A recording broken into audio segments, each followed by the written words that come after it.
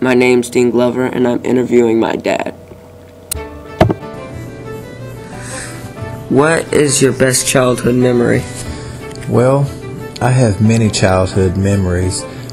Overall, I'd say I remember things like my father teaching me how to hunt, how to fish, coaching me and playing football, my mother pushing me in education and teaching me and helping me with my homework and pushing me to go on to college and do different things like that. I would have to say that my overall best memories and best things that happened to me are growing up in a traditional home. I was very fortunate. I had a mother and a father who both loved me very much. I had a brother and a sister that I grew up with, and overall it was just growing up in a traditional home and having a good time and learning as I grew. Who were your best friends? What were they like? My idea of best friends may be a little bit different than some others.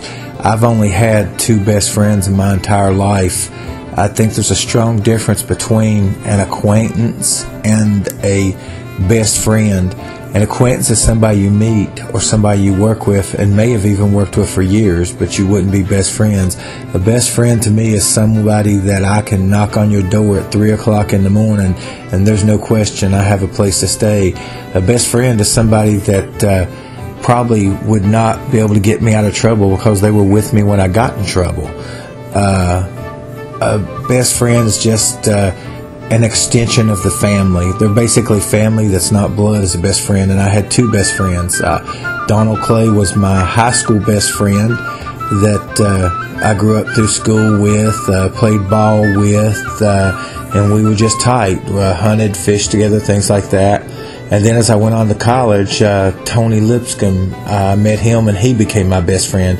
He's a teacher now, teaches high school, and me and him just kind of met in college and started hanging out together, played ball together, went to school together, and just one of those people that was always there for you and would never let you down, and I'd never let him down. Basically like an extension of your family. How would you describe a perfect day when you were young?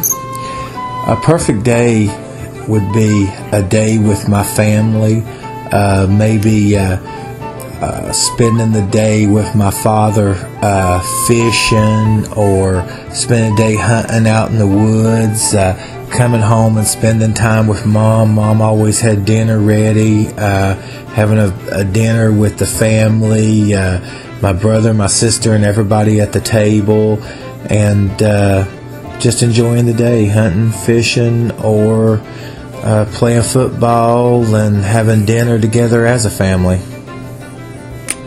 Where did you grow up?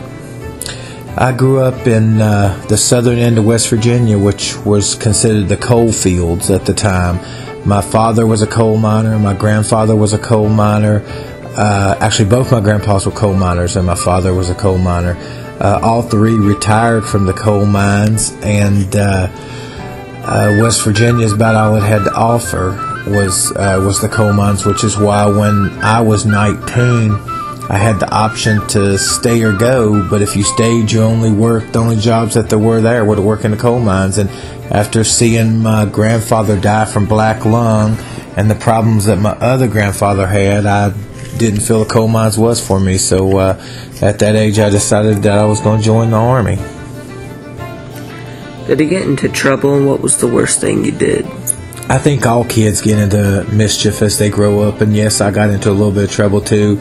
I think one of the more things that I got into trouble was when I was about 8 or 9 years old, and my father had sent me out to start his truck. It was like 3 or 4 in the morning. We were going to go hunting that day. It was kind of cold, and this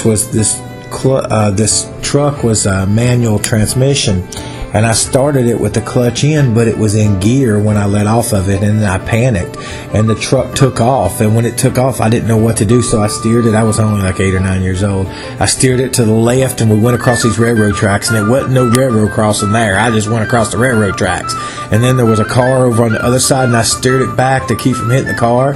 Went back across the railroad tracks again, and then I tried to steer away from it again. Next thing you know, I remember hitting the house, and I was sitting in my bedroom in the truck, and the truck's still running.